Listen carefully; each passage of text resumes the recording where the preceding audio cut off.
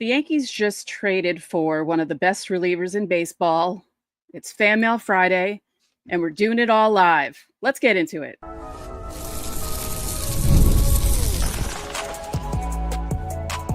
You are Locked On Yankees, your daily New York Yankees podcast. Part of the Locked On Podcast Network, your team every day. Welcome to Locked On Yankees, which is part of the Locked On Podcast Network, your team every day. Thank you for making us your first listen every day. I'm Stacey Gotsoulias. Today's episode is brought to you by Gametime. Download the Gametime app, create an account, and use code LOCKEDONMLB for $20 off your first purchase. With me, as usual, my co-host, Brian McKeon. Brian, what's happening? What news? I mean, get ready for lunchtime. My goodness, I was getting ready for the show, and then I hadn't been looking at social media for a good 45 minutes because I was doing all the graphics for Fanmail Friday. And the first thing I see on Blue Sky is, wow, the Yankees traded for Devin Williams. And I thought, wait, what? So I had to make sure I got all the info right. And yeah, so we're going to talk about that in a moment. Before we get started, don't forget, subscribe to the podcast on whichever podcasting platform you prefer. Subscribe to our channel on YouTube. Thank you for helping us reach over 8,000 subscribers. That's fantastic, and about 8,000 more than I ever expected. So good job. Hit the bell so you're notified when our videos go live. But yes, tell all your friends to subscribe. So coming up on today's show, Brian's going to talk about Juan Soto's press conference. I didn't watch it. I didn't see clips of it. I heard about it, but I just was like, no, I'm not even going to bother. So Brian has some thoughts. We're going to talk about that later in the show. It's Fanmail Friday, which is what should have been leading off the show. But what's leading off the show is the Yankees trade for Devin Williams of the Brewers. And the return to the Brewers is slightly shocking. Yeah, we will get to your fan mail questions as soon as possible. We obviously do prioritize Fanmail Friday, but as more than anything that we prioritize in this show, it's the New York Yankees. And trading for Devin Williams, if you guys aren't aware, because I know there's a lot of baseball fans, baseball's very regional, and a lot of baseball fans that only pay attention to their team. If you're not aware about how good Devin Williams is, let me make you aware. Devin Williams was called up to the major leagues in 2019 at the age of 24. He's going to be 30 before the season starts. He has a 1.83 career ERA as a reliever.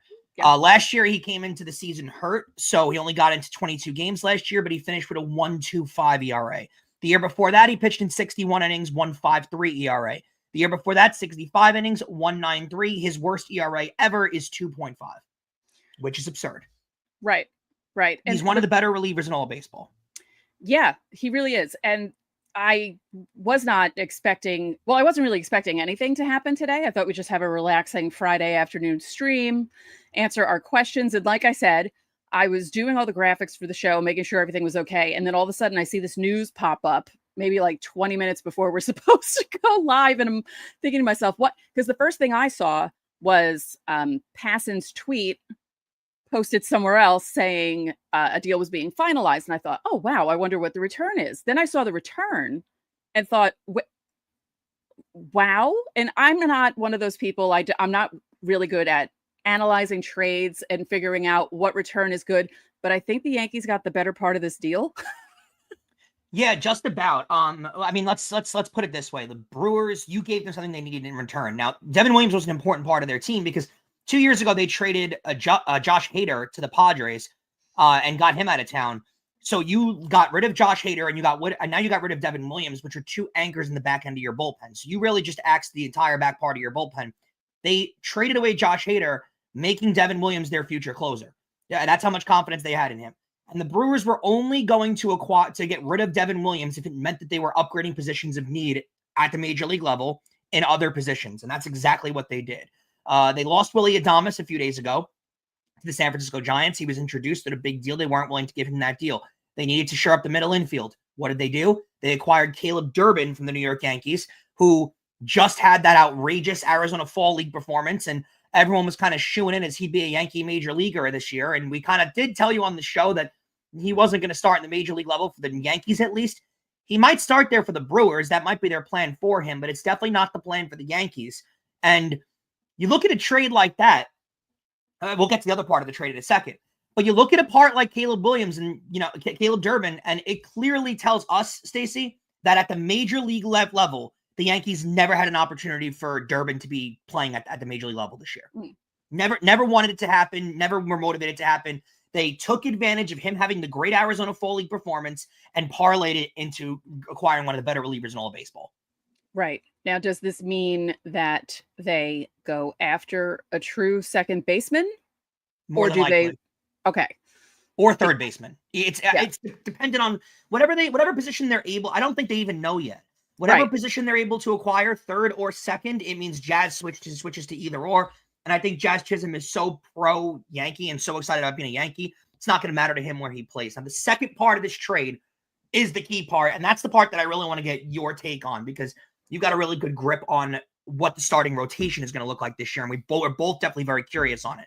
The second part of the trade, a guy from with the team for a while, had a really good year, an all-star performer for the Yankees, Nestor Cortez Jr. involved in the trade. They're going to clear up about $9 million in salary with Nestor leaving. What's your take more in a sense of that, of losing a Nestor type? Now, the Brewers get 2 starters in the major leagues. Is the juice worth the squeeze, I guess, when it comes to this trade? Well, the Yankees signed Max Fried, right? You have Carlos Rodon, Max Fried. Do you need more than 2 lefties in your rotation? No, it's a great point. You're 2 lefties. Where is really the place for Nestor? So there's a lot to it, and I know losing a guy that's been in your rotation for a while. I thought there was more of a chance they were going to move on from Stroman and keep Nestor as your number 5 because he's cheaper. But who knows what happens? I mean, they very well might still trade Stroman and use a minor leaguer to start as their 5th starter. Right. Well, I saw that the Yankees are paying some of Nestor's salary. Okay, but it's $9 million. But it's not a lot. Yeah. There's not a lot to it, so it's perfectly fine. I like this move. Like I said, it happened 20 minutes before we were going live, and I was scrambling to get everything done before the show. So I didn't really have time to think about it. I just thought to myself, wow, I can't believe they actually did this. And what makes me laugh about this is there were so many people after they didn't get Soto who were making it seem like the Yankees weren't going to do anything. Like once they lost out on Soto, it was like, all right, I guess they're done. Of course they're not done. And they're still not done. They're probably going to make a few more moves. Like this isn't one that we were expecting at all. But I like it. I do. He has 375 strikeouts in 235 career innings pitched, which is an absurd rate. Only 112 walks, so he doesn't walk a lot of guys either. He's only given up 48 earned runs in 235 innings in the major leagues, which is another absurd. His career home runs per 9 is 0.06. His career Ks per 9 is 14.3. So right. And I know people will think to the big home run he gave up to Pete Alonso in the playoffs. The Mets were like a freight train. Pete Alonso would have hit that home run off of Mariano Rivera with the way that team was playing. And I don't want to see that as a knock on Devin Williams. I really don't. And I know people are going to do that. Let's not do that. But I think this is funny. It's Fanmail Friday. You all know that. And we had this question from one of our insiders that we now can answer definitively. What are the chances Tanner Scott being closer in 2025? 0. We can definitively tell you that at this point. And I love this too, to close out this segment before we get into your questions. I love the Yankees learning from the mistakes of last year. And I'll tell you why. Last year, they went into the season with Jonathan Loáisiga being your 8th inning guy, your setup man, and they went into the year with Clay Holmes being your closer. At the end of the year, after Loáisiga got hurt and Clay Holmes not performing up to his capabilities, the team looked completely different. You had Luke Weaver closing out games. Clay Holmes was a sort of hybrid relief kind of element to the game. You didn't have those guys in those positions at the end of the year. And I think any team going into the season wants to have the guys that they set up in spring training, at least in the bullpen, performing at the exact same spot. It creates stability within your organization. Now you go into the year not expecting Luke Weaver, who's never closed in his career. Now, was awesome last year, and I think he'll have the opportunity to close this year, but has never closed in his career. You have Luke Weaver going into the year with maybe a little pep in his step, having a little competition in front of him, but also some confidence and having a bullpen. You bring Loáisiga back, but knowing Loáisiga's injury prone and knowing there's a chance of this, you still shore up the bullpen by getting Devin Williams. You're mitigating your mistakes of last year where you didn't improve the bullpen as much as you needed to and didn't create those backup plans. Now you got them and surefied it before you went into next. Remember last year at the trade deadline, it was really hard to go out there and find a reliever. They were going to have to give up a ton of prospects to go get Mason Miller. There was a ton of rumors. They didn't have to do any of that, Stacey. They shored it all up early on before the season even began. It's a brilliant move for Devin Williams. It's, I think, a player that a lot of teams have been linked to for a really long time, and now the Yankees got him, and it is some heck of a deal. Yep. Don't forget, subscribe to the channel, hit the like button on our videos, hit the notifications so you know when our videos go up. And if you would like to be a part of next week's Fan Mail Friday, we're doing something different. Post a reply on our videos Monday through Thursday and start that reply with Fan Mail Friday, then answer your question, because I don't know why I'm having a hard time putting up the pinned comments. So just leave your questions under any of the videos Monday through Friday, as long as they start with Fan Mail Friday, and I will find them. Or you can join the Locked On Yankees Insiders Club, where you get top priority. And usually your questions are answered in segment 1, unless there's a trade 20 minutes before the show is supposed to start.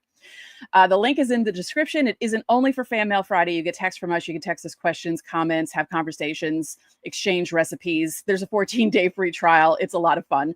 So coming up next, more Fan Mail Friday.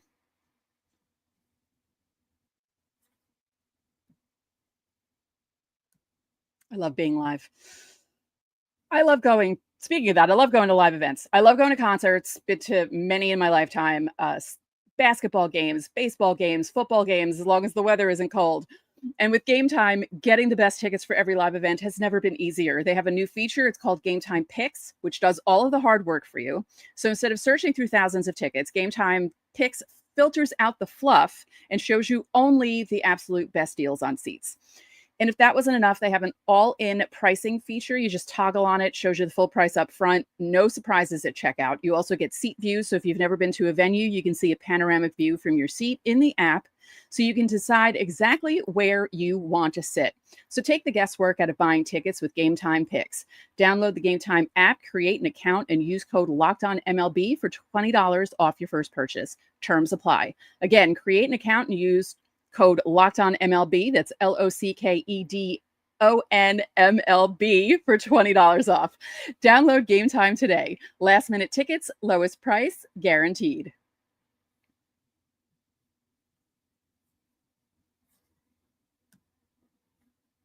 I know how to do a live show. I can do this. All right. It's Fan Mail Friday. Let's get into the questions, because that's what this show is all about. And as usual, if you are a regular, you know that we start with our insiders, and we always start with Betty. Here is Betty's question. Is the cost to get Tucker, Kyle, too high? Should we focus on Bellinger, Cody instead? I actually don't think so, Betty. And I think that might come as some form of relief to you. I don't think the price is too high. I think it's right where it needs to be. It seems like they want Luis Gil really badly. He's the reigning Rookie of the Year in the American League. Yeah, that should be the price. Kyle Tucker is, I've described as a Juan Soto light. He is. I think, you know what I'd better describe it as, Stacey? I would describe Kyle. Have you tried Coke Zero by chance? Are you a soda drinker or no? I'm not anymore. No. Okay. Well, the way I can describe Coke Zero is it tastes exactly like regular Coca-Cola, except it somehow has zero sugar or zero whatever, but it tastes exactly the same. I'm sure it's just as unhealthy for you on the inside, but it tastes exactly the same. So I prefer to drink Coke Zero any day over regular Coke. And here's where this comparison. I would consider Juan Soto regular Coca-Cola. Undefeated, reigning champion, awesome player, awesome guy, awesome soda, really the king since the 1920s. You know all about Coca-Cola. You've all had it. Coke Zero is just as good, but not talked about as much. And that's how I look at Kyle Tucker. Look at his numbers. I mean, when it comes to analytically, he's the exact same player as Juan Soto. He really doesn't strike out a lot. He has a really crazy on-base percentage, and he's a better fielder, which no one wants to talk about when it comes to Juan Soto. There is a lot to offer from Kyle Tucker's game. Plus, you're getting him on a walk year when you'll have a chance to negotiate his contract, and he's open to an extension in the middle of the year, and he's not a money-hungry. I'll leave the next word blank so you guys can fill it in. I think it's the perfect reason for a trade, and I think with shoring up the pitching rotation, I don't have a problem with giving up Luis Gil in that trade. Yeah. I mean, the sentimental part of me doesn't want to, but the analytical baseball person, yes, I would rather have Kyle Tucker. No offense. Yeah. No offense. Got to make tough moves to stay consistent and to stay good in baseball. You really do. Yep. Let's go to David F. He says, given the events of the last few days, what is your best case starting lineup? This is my best. Jazz at third, Walker at first, Durbin at second, Volpe at short, Wells at catcher, Judge at right field, Bellinger in center, Tucker in left, and Stanton at DH. I think it's going to look differently than that, to be honest with you. Yeah. I think their plan is to have Bellinger at first base if he comes over here. That's what I think it's going to look like. I don't think they're going to spend the money on Christian Walker, and I think there's a higher upside with Bellinger. So I think that's what happens. I think there's a good chance if they make the trade for Tucker that it's going to be him in left, Dominguez in center, and Judge in right. And then you have Trent Grisham as your float kind of guy whenever anyone needs rest. That's what I think the lineup winds up looking like. And ideally for me, it's Bellinger at first. I don't know. Jazz is at second, I guess. And I think you're at the point now where if it's only going to take 6 years for Alex Bregman, I think you go for that move. I do. That's what it looks like the market is for him. It's 6 years, like $27 million. Yeah. We'll see how that goes. I mean, there's so many things that they can do. And it would be really funny if the Yankees do a bunch of moves that make the team a lot better in small ways. You know what I mean? Like instead of the chance. They have this chance to do that. And I don't know why people were so, I mean, I get why people were so down when Soto picked the Mets, but they were so down that they figured, oh, okay, so the Yankees are going to be a disaster in 2025. Why would they want to be a disaster in 2025? They made the World Series in 2024. They're not going to fall back. And I like that you saw Mike Francesa come forward and say that the Max Fried signing was one of the biggest overreaction, terrible signings he's ever seen. And I'll say this. If you think the Max Fried signing is an overreaction, like the Yankees saw that Soto signed somewhere else and they were like, oh, we got to make a move. And they went out and got Fried. That's not what happened. If you don't think, first of all, they spoke to Max Fried before the Soto contract was even decided. So they were already speaking to Max Fried. But second of all, you had to have known the Yankees were sitting in their offices, in their skyscraper, in their fancy hotel, wherever they are. And they were having conversations about what their pivot was going to be from Soto, regardless. You know that's what they were discussing anyway. So it's not like they overreacted to go get Fried after they lost out on Soto. They knew they were going to make moves, but once Soto re-signed, what were they supposed to do? Sit in their own filth for a week and a half and while everyone else passes them by and they were going to decide what they were going to do? They had to go make a move. They went out there and made it, and they went on with their offseason. Yep. Okay. Next question from a new, I think he's a new insider. I'm pretty sure. Robert H. As hard as it was to see Soto leave and go to the Mets, at least he stayed in New York, right, and didn't go to Boston. With that money not being paid out, we now have the money to build up the roster. Do you agree? And also, what areas do you think they should spend the money on? I mean, I like the idea that it doesn't have to be just spending money. You can make trades. I mean, of course, that's, you're using like your supplies. Yeah, I mean, again, the Devin Williams trade helps you in more ways than one because it's not going out there and getting a Tanner Scott. It's not going out there and getting a Hoffman where you're going to have to spend a lot of money to go acquire one of these guys. This is $20 million that a top reliever wasn't going to cost you. And Devin Williams might cost you that next year when he becomes a free agent. But right now for 2025, it shores you up. And you're going to have other guys come off the books next year so you can afford those other deals that you're going to add on. There's going to be money spent. Keep this in mind, though. They don't have $760 million to spend. Right. They're giving that sort of over 15 years. Right. So and they're not going to give out another 15-year contract. So, there is a little bit of a difference when it comes to what these guys are going to get. And no one's out. The Yankees are not going to spend that much money. But they do have about $60 to $70 to $80 million to spend. Right. Because some people were like framing it in that way. Oh, they have all this. They don't have all that money. Yeah, if they were comfortable giving Soto roughly $50 million a year, that's roughly what they were comfortable giving Soto. So his salary plus other there was moves. Definitely money they were holding in other spots to make other moves to shore up the rest of the roster, plus arbitration deals that were coming through. So you got to think they had probably about another $30 million of wiggle room. So that brings you to about $80 million total. They spent 27 of it. Right. That's not crazy. Right. Okay. Last insider question. And I thought this one was interesting because I don't really know the answer to this. And I was trying to think about it before, but here it is from KCC. What is your favorite winter? Oh, sorry. What is your favorite winter meetings week signing for the Yankees? What other teams made moves during the winter meetings do you guys remember the most? For me, I feel like there are more trades happening during the winter meetings than signings. I'd agree with you. For me, it's the Aaron Judge one. Just the sense of relief that came from knowing that they were getting him and it wasn't the Giants. And you remember that feeling from 2 days prior of the absolute heart sink that he was leaving. And now all of a sudden He's signing with it was a whole whirlwind of emotions at that point. That one and the Cole signing. Yeah. Because I think it was teetering towards Yankees the entire Cole time, but the Dodgers were involved in that negotiation. So that was and he was from LA. Yeah. That was a really, really tough one. But those are the two ones that come to mind the most. That and the Mark Teixeira one. Yeah, well, that wasn't during winter meetings? No, that was 2 days before Christmas. That was December 23rd, 2008. All right, well, I remember right around the time then, but they were definitely discussing with Mark Teixeira during that time. Because I remember as a kid watching MLB Network like every single day, and they were linked and because he was linked to Boston, and I was afraid if he was going to wind up going there at the time, and then he winds up signing with the Yankees. So that was a really memorable one for me. Well, that's what happened. We all thought he was going to Boston. Like, it was pretty much a foregone conclusion that he was going to Boston. And at the last minute, it was like 2 p.m. on Christmas Eve that the news came out that he was going to the Yankees, because I was on a message board with my friends back then, and we freaked out because we essentially it felt like we stole him from Boston.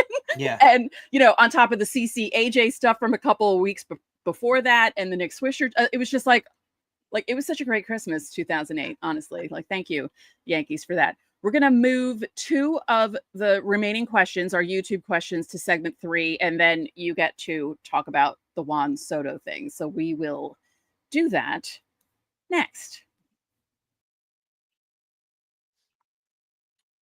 What's up, guys? Get ready to tackle the NFL action with FanDuel. It's America's #1 sports book, because right now, new customers can bet $5 and get $150 in bonus bets if you win. The FanDuel Sportsbook app gives you everything you need to place live bets in the NFL all in one place. You guys got to make Christmas money, right? You got to make Hanukkah money. You got to put that money away to give it to your family and friends so they can probably take it to a casino or something. But regardless, they're going to spend it wherever they want. And if you get a hunch in the middle of any game, like I did with the LA Rams last night, you can go over to FanDuel. You can check out the latest stats, view live play-by-play, and so much more on the same page where you place all of your bets, including my LA Rams live bet from last night. All you got to do is visit FanDuel.com to join today. They'll get you started with $150 in bonus bets if you win your first $5 bet, all available on FanDuel.com. Can you really beat that? Never waste a hunch and make every moment more with FanDuel. It's an official sportsbook partner of the NFL.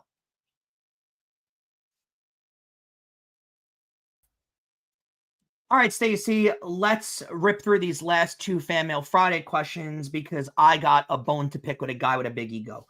Let's go to at Mr. Mallory 94, who says, do you think it would be smart to plug Loaizaga into the 8th inning role given his injury history?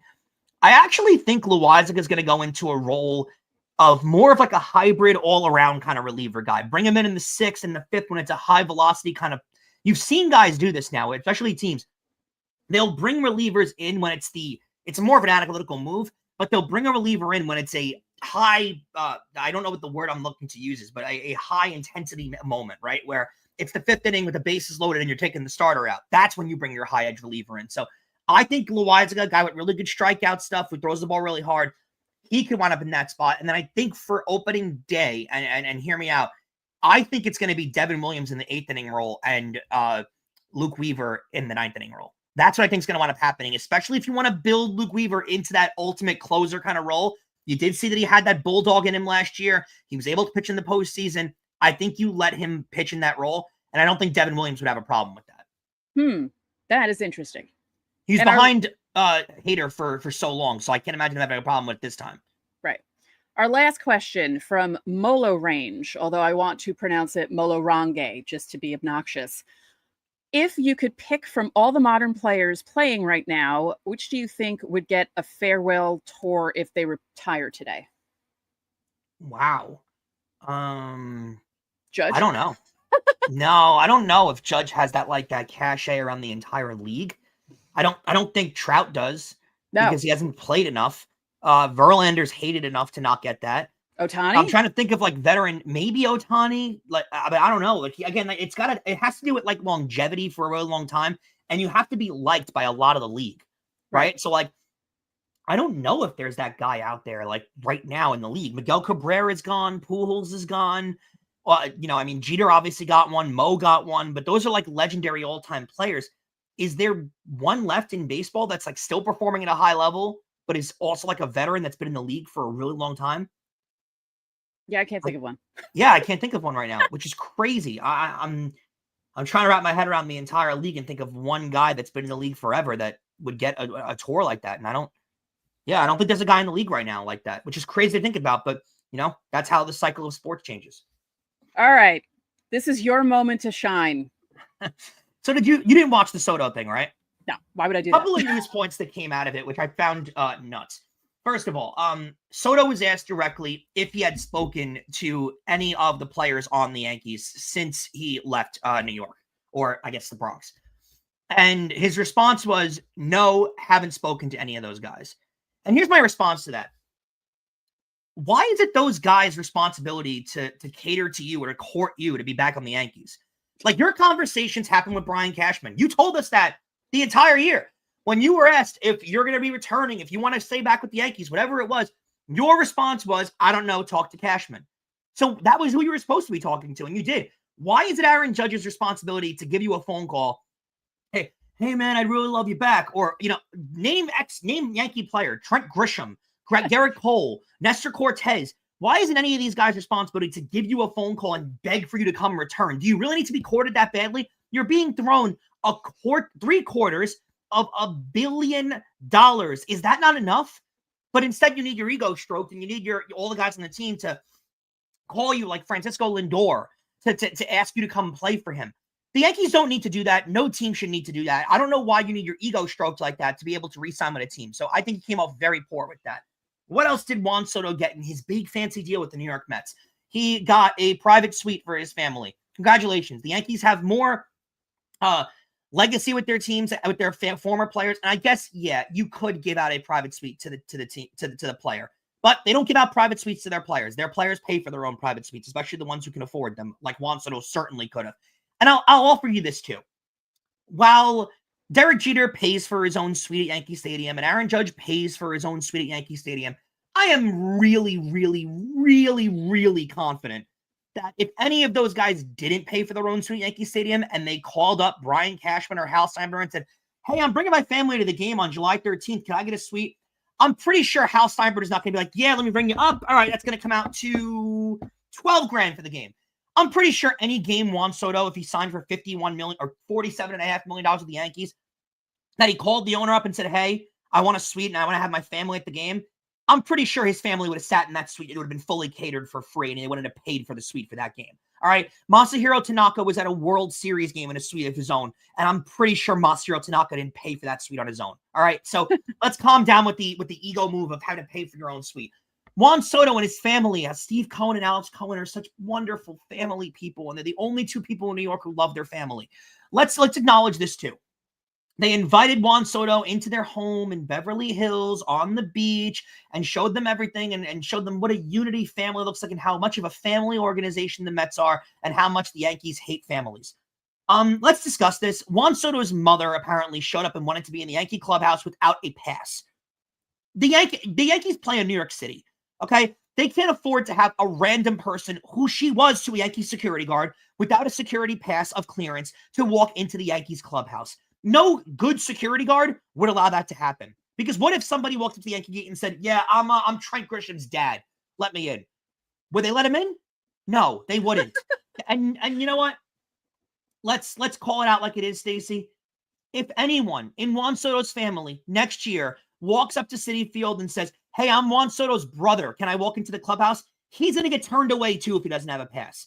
Because that's how security measures work in stadiums. So the Mets can tell him whatever they want, that they can go in the clubhouse and the family can do whatever they want. It's not the truth. That's not how security measures work. It's not. But even if they told him that and it worked out, wonderful. I want to say this. Juan Soto to me. Oh, and plus, let's continue with his ego for a little bit too. Part of Juan Soto's deal with the Mets is that he gets private security with him on all home and road games, along with his family gets their own private security team. Are we kidding me? Who is he, the president? I know he's a big player. I totally understand that, and he's an unbelievably great player. What other players in sports have security other than Caitlin Clark around with them 24/7? Can you name the athlete? Because I certainly can. Pat Mahomes doesn't have security with him 24/7. Joe Burrow doesn't have security on his house 24/7 because he was robbed in the Monday Night Football game last week. But Juan Soto's brother and dad and mother have a security guard walking with them 24/7. Give me a break. I mean, it's just...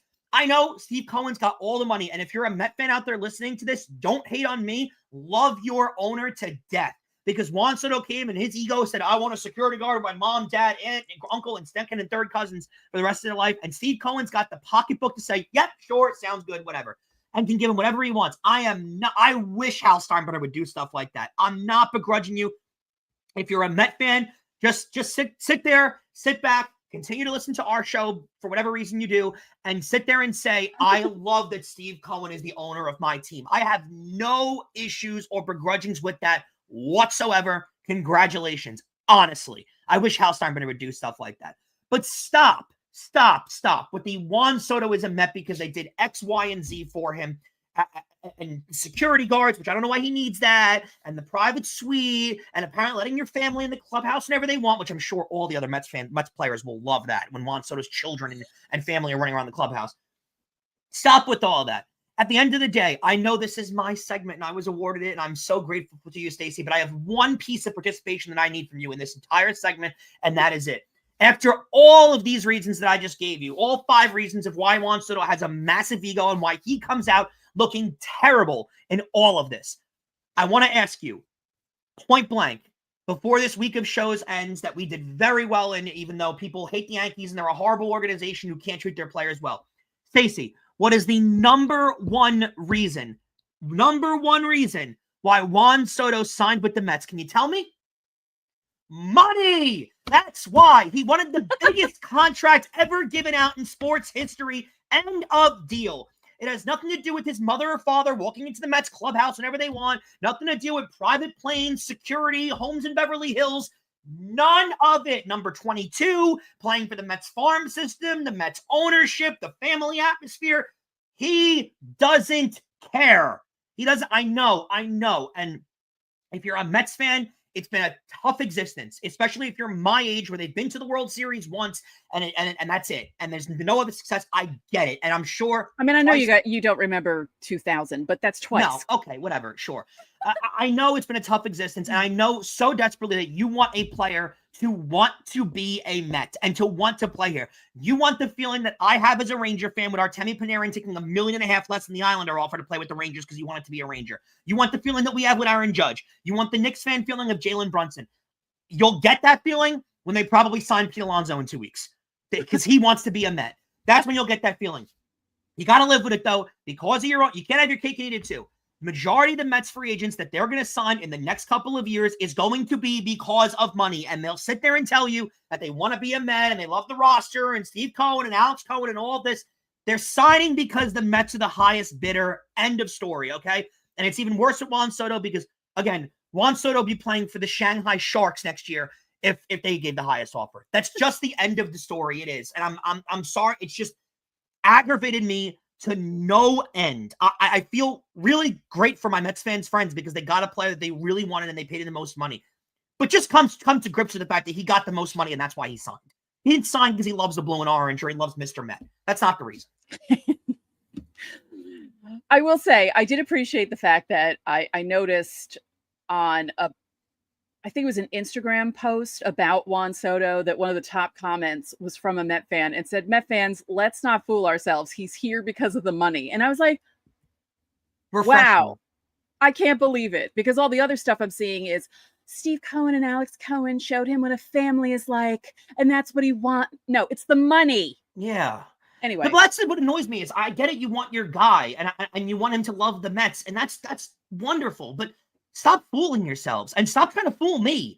I don't want to hear how he loves being a Met and he clearly chose them. He didn't choose the Mets. He chose the Mets because they gave him the most money. That's it. He was going to the Rockies if they gave him more money. Yeah. All right. So big news. Devin Williams comes to the Yankees. We say goodbye to Nestor Cortez. We now have room for a second baseman, possibly unless they shuffle some things around, but there will be more news and more trades and more signings coming up. And also an announcement, which we forgot to tease this whole week, but this is our last week of doing 5 days a week. So, yeah, so from now until early February, just before spring training starts, it'll be 3 days a week on the show. Mm-hmm. Did we decide which 3 days we're doing? I can't remember if we decided. No, I mean, I think we were going to do Monday, Wednesday, Friday, but we can do whatever we want because it's our show. So Exactly. No, but we will, if, we'll try. we'll let you know. Yeah, we'll try and stick to the Monday, Wednesday, Friday schedule. And if anything comes up, I'll put up a notice on YouTube. I'll send something out to the insider so everyone knows when things are happening. But just remember that we're going down to 3 days a week. So if there's a day where you're thinking, where's the show? It's because it's 3 days a week. And you never know, we could do a bonus show because we don't have to only do 3 days a week, but that's what it's the off season for us. It's what our contracts require us to do. I'll give you this though. If they do make some big signings out there, we'll go live for you guys and discuss it because we know that you want to hear it. Yep. Also, next week is when our interview series begins. We'll be interviewing a special guest throughout the off season once a week where we're going to ask them questions about their career, the Yankees. It'll probably be more Yankees guided for the most part, but we'll have any and everybody on. If you guys have suggestions, send them in.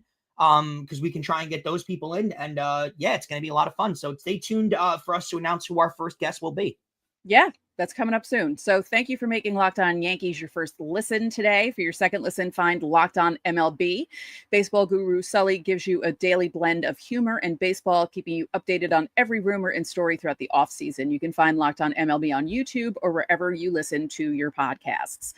So that's going to do it for this live Fanmail Friday edition of Locked On Yankees. I'm Stacey Gotsoulias. And I'm Brian McKeon. We'll catch you next week.